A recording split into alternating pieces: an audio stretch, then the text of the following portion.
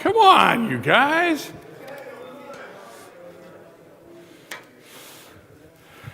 All right, so hey, it's one of my favorite scenes in the movie. And for those of you who didn't see the movie, I got to give you a little background.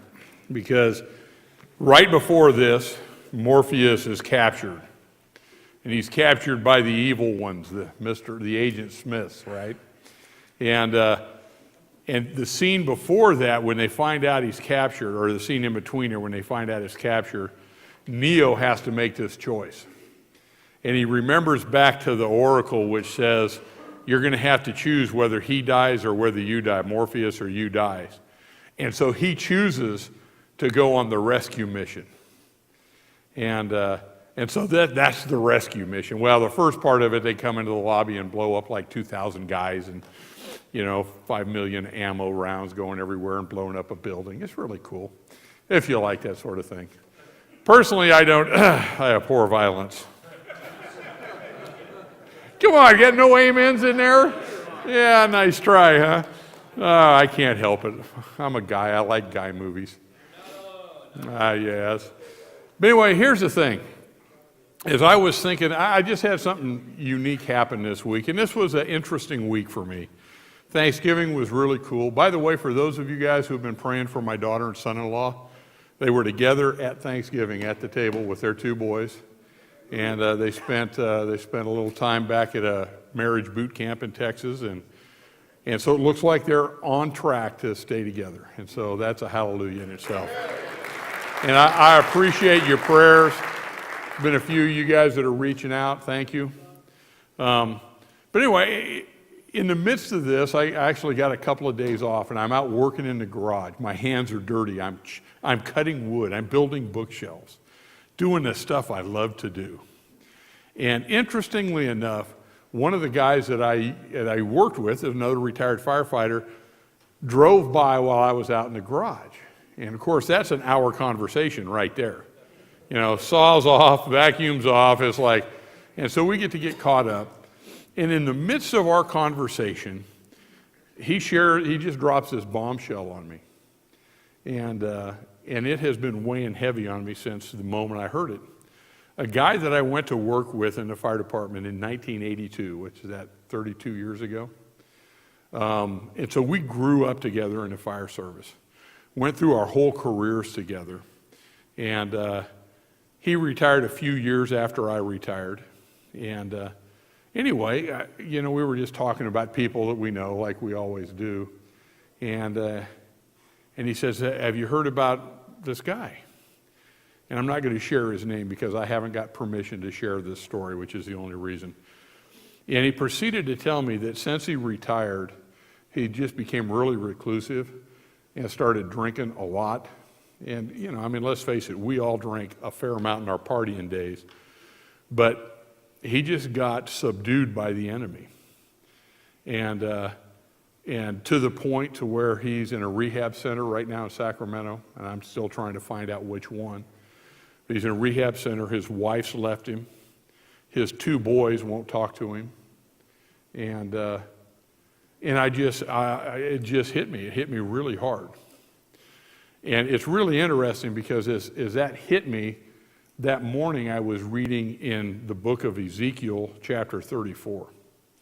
Anybody in here happen to know what that talks about?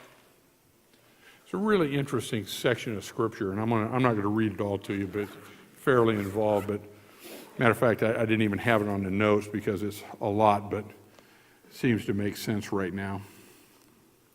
And anyway, Ezekiel is one of the major prophets.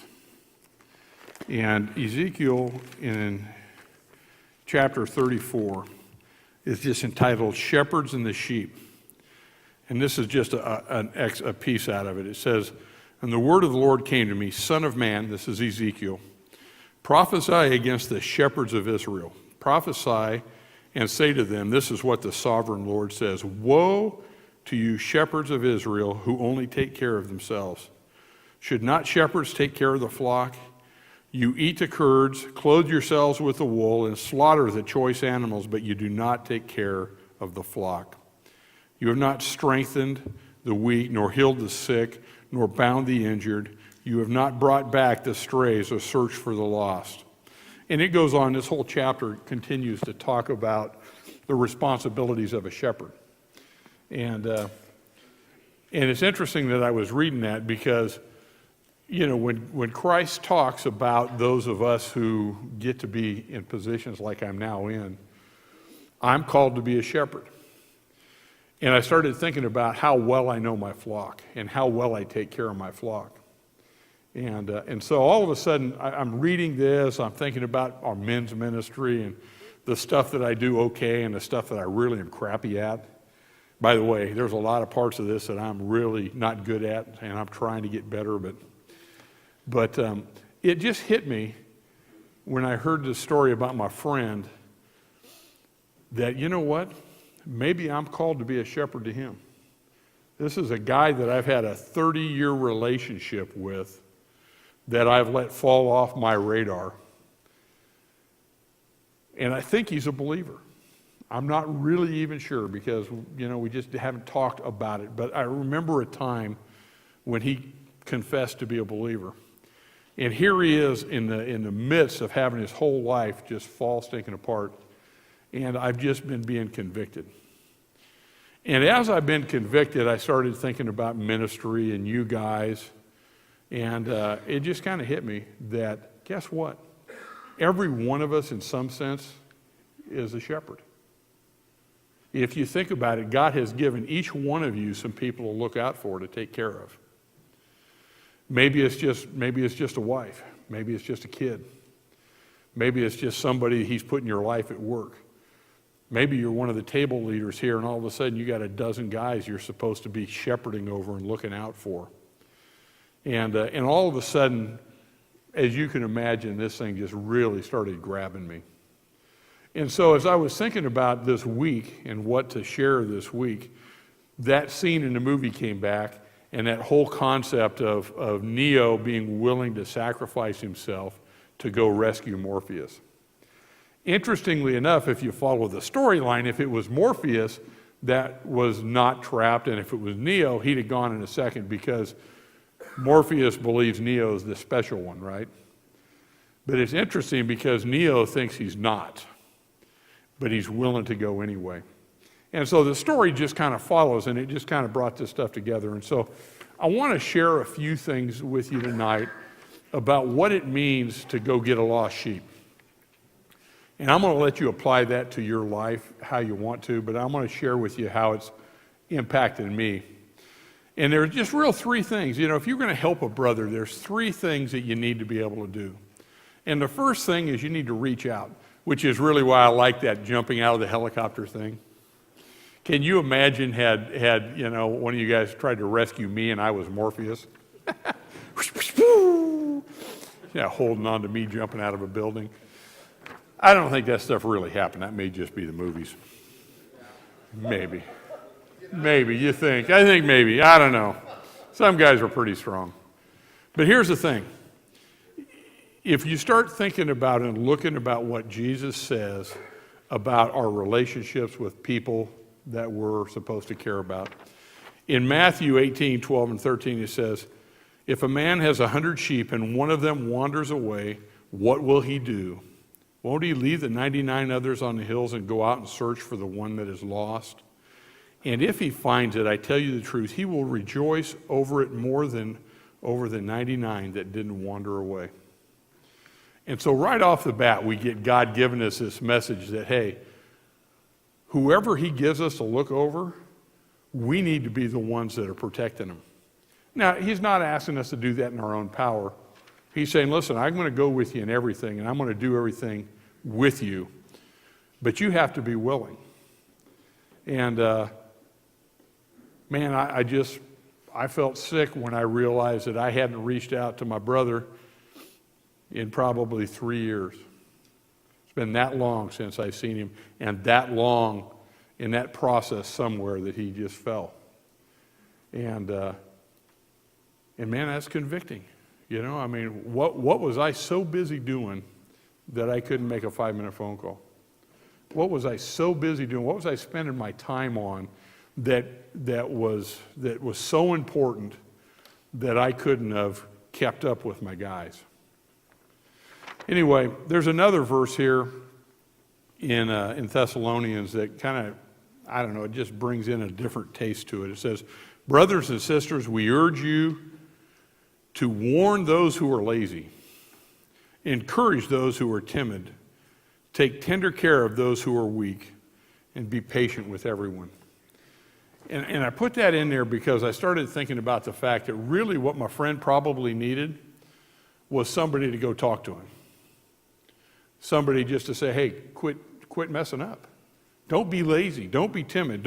Whatever that thing is pulling you away from the Lord, quit doing that. And it just, as I thought about that, I thought, wow. But here's the other part of this I want you to remember, is that anytime you go to and approach a brother, especially a brother that's in sin, you got to be really careful how you do that. You have to choose, first of all, to do that. And you know what? That seems to be the hardest part. You know, am I really willing to step out of my comfort zone, set my priorities aside to go look for that lost sheep? Man, I'll tell you what, guys, we live in a world with a culture that's more interested in the averages. It's like, well, one sheep doesn't make that much difference. Well, you know what? That's a lie. Every sheep makes a difference. And so, as I thought about this, I thought about, man, if I would have just made the choice and told him the truth. Now, the truth you got to say in love. You all know that. But there's this other part that I don't know, I just had to review in my own mind. And this also comes out of Matthew in chapter 7, verses 3 through 5. It says, hey, and why worry about a speck in your friend's eyes when you have a log in your own? How can you think of saying to your friend, let me help you get rid of that speck in your eye when you can't see past the log in your own? Hypocrite, first get rid of the log in your own eye, then you will see well enough to deal with the speck in your friend's eyes. So here's the thing. The key to this, guys, is being humble. You can't go with an arrogant attitude and ever look at a buddy in the face and say, hey, you need to knock this stuff off. Because if you go with that arrogant attitude, you're just going to get an arrogant reaction.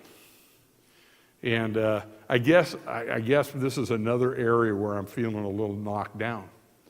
Because it's pretty easy for me to say, well, I got things going okay. And all of a sudden, you know, Jesus is saying, no, you don't understand. You need to approach somebody as a humble servant, as that sacrificial servant. And of course, this is from Jesus' own example, right? In 1 Peter 3:8, it says, finally, all of you should be of one mind, sympathize with each other, love each other as brothers and sisters, be tenderhearted, and keep a humble attitude. Imagine me confronting somebody with that attitude. It's different, isn't it? It's different when I come and say, hey, you know what, man, you got some stuff going on in your life that I've been through and that I can help you with. And, you know, you only get help if you want it. I get that. But you need to know that there's some people here that are willing to sacrifice to help you get what you need. And I think that changes things a little bit. Here's the other part of that making a choice to confront, okay, I can do that. Confronting humbly, yeah, I can do that. The next part is where the rubber meets the road, so to speak. And I called it walking alongside. You know, at the point to where you're committed, not only to go find that sheep, but to pick that sheep up and carry it all the way back, to tend to its injuries, to put medicine on it, to make sure it's hand-fed until it regains its strength, to be able to take all that time. See, it wasn't just about finding the lost sheep. It's about finding the lost sheep and helping the lost sheep get healthy again. And all of a sudden, I started thinking about, man, that's really a commitment. And you know what? We also live in an age where a commitment of our time, man, we guard that pretty close. I won't say we. I guard that pretty close. You know, I think of all the stuff I got going on, and I can make excuses like you wouldn't believe for taking the time to walk with somebody through what they need to be walked through.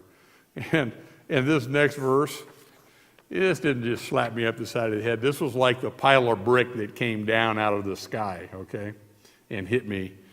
It's in Hebrews 12, 11 through 15. And think about this in the process of somebody having to get fixed. It says, no discipline is enjoyable while it's happening. It's painful. But afterward, there will be a peaceful harvest of right living for those who are trained in this way. And then it's this thing that it says, and I'm going to have to put it in my terms so you get it. It says, rich, get a grip on yourselves. You take a new grip with your tired hands and strengthen your weak knees. In other words, buck up, Bubba. It's time to be tough. You need to be tough for some other folks. That's not what it says. That's a Revised Sasser version. I know that. But look what it says. It says, so take a new grip with your tired hands and strengthen your weak knees. And then it says in verse 13, mark out a straight path for your feet so that those who are weak and lame will not fall, but become strong. So here's what he's saying. He says, listen, you need to mark out a path that will help this person. And you need to walk on that path with them so they can learn to walk on it too and be strong. Man, that's a whole different thing than just going and visiting them, right? This is a commitment to go after one of those lost sheep and see them through to health. This is, in a form, a sense of discipleship, but it's also helping them to overcome that weak thing. In verse 14, it says, work at living in peace with everyone and work at living a holy life, for those who are not holy will not see the Lord. And then in verse 15 it says, look after each other so that none of you fails to receive the grace of God. Did you hear that? It says, look after each other. That means those guys, you guys around the tables, look at each other. God put you at these tables not just to hang out for an hour on a Monday night. This is part of a family that you guys are building. And some of you are new to it, I get that. And it takes time before you really feel like you're part of the family. But that's what these groups are designed to do, guys. They're designed to help you walk with life, walk with each other through life. And it doesn't require expertise, but it does require that we're all willing to reach out, that we're all willing to humble ourselves, and they're all willing to walk alongside of somebody that needs to be walked alongside with. My grammar tonight sucks. By the way, if you see that on the video, my fault, okay? The last verse that I want to share with you tonight is in Hebrews chapter 10, verses 24 and 25. It says, let us think of ways to motivate one another to acts of love and good works. And let us not neglect our meeting together, as some people do, but encourage one another, especially now that the day of his return is drawing near. And so here's the last bit of advice he gives us. He says, listen, if we're going to walk together, if I'm going to humble myself before you, if I'm going to go after you when you're straying, in other words, go out of my comfort zone to call you out on your garbage, if I want to do that, I need to be able to do that because we have a relationship.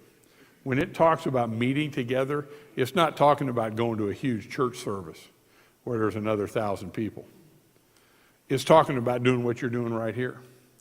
In other words, building a relationship with somebody well enough that you could speak truth into their life. See, I could preach all day at a stranger. It's real easy for me to tell a stranger. I've had guys who just called up and said, I need some counseling. Well, come on over. Come into my office and say, I got blah, blah, blah, blah, this is going on. And I say, you're an idiot. Stop that. Do this, do that. And they'll walk out, oh, dude, hey, that's easy, man. They got no relationship. I got no ownership of that. But, when one of you guys that knows my junk comes in and says, hey, man, I need a little help, it's pretty tough for me to preach at you. Because you know my junk well enough to know that, hey, we're just going through this stuff together. And there's a few of you who have come in and had those conversations with me. And, there's been a couple of you that have come in and asked me what I thought, and you're so messed up, I haven't a clue what to do. But you know what? We'll pray and we'll figure it out together. And I think that's what God's trying to get at today. I know that's the thing that he's trying to get at with me. And so here's what I want to do. I want to close in prayer, but I need for you guys to pray for me. I found this information out Saturday, and I need you to pray for a couple of things. First of all, that I can find this guy. I know right now he's supposed to be in a rehab in Sacramento, and so I'm trying to figure out how to get in touch with him. So I want you to pray for me that God will open some doors, or some people will know what they need to know, so I can go find him. And then that you'll pray that I'll be humble enough, and that God will open his heart enough that he's willing to say, yeah, Rich, I need some help. He may not. He may be in that place in his life in sin where he goes, no, I don't ever want to be found. And some guys do that. You know some guys that have done that. But here's the thing. I just need you to pray with me, if you will. And that, you know what? That we can bring him into this family. We can bring him into this family. We can bring him into the CR family. And we can walk with this brother until he can now walk the path and he's strong again. And so anyway, that was my happy week of being convicted. I hope you enjoyed that. But here's the thing, guys. I can't help but think that maybe God's tapping you on the shoulder, reminding you of somebody who you know that may have walked away, that may have needed a phone call. Or maybe it's just a guy that's on the verge of walking away. I don't know what it is. But I want you to know that I'll be praying for you. I'm committed to pray for you guys this week too. That when you need to step up, when you need to reach out, when you need to be that good shepherd, that we can do that together. By the way, I challenge you guys, if you get a chance, to read the rest of Ezekiel 34. Write it down on the bottom of your paper there. If you read that, you're going to find out that God does not treat bad shepherds very well. That's just a little added motivation. If I can't motivate you, I know God can. So, and look at the memory verse this week. By the way, last week's memory verse, I don't know how many of you guys memorized that, but boy, that was a powerful one. Growing our roots deep down into him and building our lives on him. This one should be easy. It's like 10 words. Romans 15:2, it says, we should help others do what is right and build them up in the Lord. Whew! I'm telling you, do I pick winners or what? I ain't going to pick no 4-paragraph verses. That's just not right. Anyway, so guys, as you go around your tables, just maybe talk about some lost sheep that you know, or maybe some stories of successes, I'm hoping, or areas that you guys need to pray for each other, okay? Father God, thanks for my brothers. Lord, thank you for this information that you gave me this week and the thought of how to share it. God, I don't know if your words are going to have an impact on any of these guys, but I know they did on me this week. And so I just pray that I might be able to catch up with my friend, and he might be in a place to where he's willing to walk alongside as we help him get his life back together, Lord. So I pray for each one of these guys this week that you would give them strength, Lord, and as we follow you, that you would do great and mighty things in our lives. And we just thank you in Jesus' name. Amen.